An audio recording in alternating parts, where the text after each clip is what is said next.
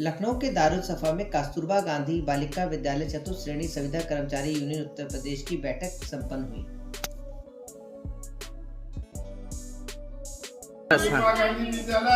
जिंदाबाद। हमारी मांगे पूरी हो, हमारी मांगे पूरी हो, हमारी मांगे पूरी हो। कर्मचारी एकता जिंदाबाद। गांधी बालिका विद्यालय चतुर्थ श्रेणी संविदा कर्मचारी यूनियन उत्तर प्रदेश की आज ये बैठक यहाँ पर दारुशफा में हो रही है। किन मुद्दों को लेकर आज चर्चा है इन बैठकों पर? इसमें सबसे पहले तो हमारा जो मानदेय है वो अत्यंत कम है। जो हमारी ड्यूटी अवधि है वो 24 घंटे विद्यालय में निवास करने की है और सभी लोगों को 24 घंटे रोका जाता है विद्यालय में। मानदेय हमारी मुख्य रसोईया का मात्र 6900 रुपए, सहायक रसोईया का 5100 रुपया, चौकीदार चपरासी का 5750 रुपए। ये क्षणिक मानदेय में हम लोगों का जीवन यापन नहीं हो पा रहा है। सरकार से बारंबार हम लोग ज्ञापन के माध्यम से निवेदन कर रहे हैं कि हम लोगों का मानदेय वृद्धि किया जाए, 24 घंटे की ड्यूटी से मुक्ति दी जाए, लेकिन अभी तक कोई ठोस कदम नहीं उठाया गया है। इसी के सापेक्ष ये आज एक आम सभा रखी जा रही है। इसके बाद धरना प्रदर्शन की तैयारी की जाएगी। जी, तमाम जनपदों के लोग आए हमारे इस बैठक में। जनपद शाहजहांपुर, सीतापुर, हरदोई, हमीरपुर, बांदा, कौशाम्बी, कुशीनगर, नोएडा, बदायूं, रामपुर, मथुरा, मुरादाबाद, फरुखाबाद, अमरोहा, मतलब लगभग 50 जनपदों से लोग आए हुए हैं यहाँ पर। और यूपी में हमारे जो है कस्तूरबा गांधी बालिका विद्यालय 746 विद्यालय हैं और वहाँ पर गरीब प्रकार की बालिकाओं को रखा जाता है।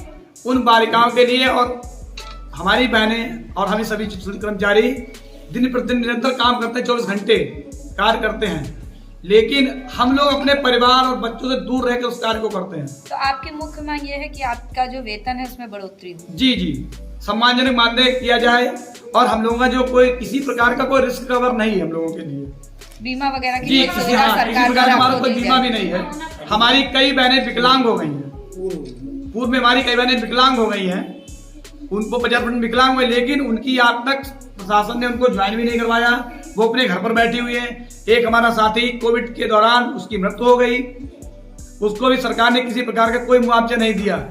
तो सभी लोग तमाम प्रकार के दिन प्रति मतलब शोषण ही बर्दाश्त कर रहे हैं। जी, और अब तो इंटर कॉलेज जो बनाए जा रहे हैं उसमें मात्र सिर्फ 2 रसोइया काम करेंगी, 100 बच्चों का खाना 2 लोग। और यहाँ पर ये बहनें, हमारी 3 बहनें हैं रसोइया, एक मुख्य 2 सहायक, 100 बच्चों का खाना बनाती है।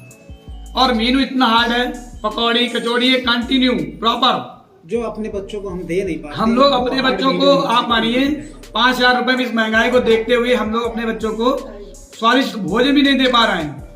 शिक्षा तक, हाँ, शिक्षा, स्वास्थ्य, इन पर तो हम लोग चर्चा ही नहीं कर पाते अपने बच्चों के लिए, क्योंकि हमारे पास बहुत समय अवधि नहीं होती कि हम अपने बच्चों से मिल पाए।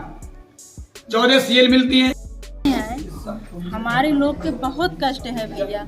ये कि देखो हम लोग 24 घंटा विद्यालय में रहते हैं कस्तूरबा गांधी, और ये समझ लीजिए कि सुबह नाश्ता हम लोग 4 बजे सुबह 4 बजे उठ के नाश्ता बनाते हैं। उसके बाद 7 साढ़े 7 बजे बच्चों को नाश्ता दिया जाता है। उसके बाद पूरा उन लोगों को भोजन मीनू की तरह बन रहा है। तब भी हम लोगों को कोई वेतन में कोई फर्क ही नहीं है। हम लोगों को इतना वेतन दे रहे हैं कि हम लोग उसमें कोई जीवित बच्चे नहीं कर रहे हैं अपना। ये समझ लीजिए हम लोगों के 200 किसी के किलोमीटर है, किसी के 100 किलोमीटर है, किसी के मतलब 120 किलोमीटर है। इतना दूर है कि हम लोग किराया भी नहीं हो सकता है उसमें।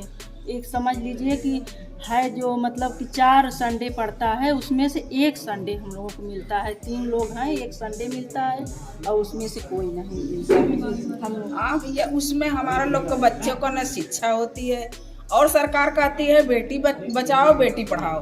तो हम लोग वो तो किसी की बेटियां हैं कि हमारे लोग को बच्चे, हम लोग दूसरे को बच्चों खिला रहे हैं, हमारे बच्चे भूखे सो रहे हैं, चाहे वो बीमार हो चाहे जो हो, हमारे लोग के साथ शोषण हो रहा है। बताइए हम लोग क्या करें? उसमें मानदेय में बच्चों को पढ़ाई, हमारे लोग को बीमारी कैसे होगी? बताइए कोई दुर्घटना हो जाए उसके लिए भी कोई सुविधा नहीं है। जैसे माना कि हम 24 घंटे उसमें काम करते हैं कि मौत के मुंह में रहते हैं हम लोग, कि गैस फट जाए, कोई कुकर फट जाए, तो उसके लिए कोई सुविधा हम लोगों के लिए नहीं। नहीं है, कुछ भी नहीं है, काम करते थक जाए। हमारा कहने का मतलब यही है कि सरकार से हमारा निवेदन है कि हम लोगों का वेतन बढ़ाया जाए। हम लोग इतना रिस्की काम लेते हैं, कहीं कुकर फट गया, कहीं गैस सिलेंडर फट गया, तो हम लोग कुछ चले चाहे मरे, ना कोई बीमा है, ना कोई इतना वेतन है कि हम अपना इलाज करवा सके, ना बच्चों को पढ़ा सके। 24 घंटे वहीं विद्यालय में रह करके बच्चों को भोजन बनाते हैं। जिनके छोटे छोटे बच्चे हैं वो बताइए, पूछते हैं रात में जब काम करने के बाद पूछते हैं बेटा खाना खाया कि नहीं खाया, विद्यालय गए थे कि नहीं, काम किया कि नहीं किया। वो अपने बच्चों को, छोटे छोटे बच्चों को छोड़कर विद्यालय में, बताइए गरीब बच्चे हैं, पूरी कर पा रहे हैं, अपने देश की बच्चियां हैं वो, तो क्या हमारे बच्चे नहीं हैं? हम अपने बच्चों के लिए कहाँ जाएं? बताइए। हम कहते हैं हमारा वेतन बढ़ाया जाए। जो 2014 में वेतन बढ़ाया गया उसका परसेंटेज जोड़ लें हमारा कि कितना होता है। हमारा 5175 रुपए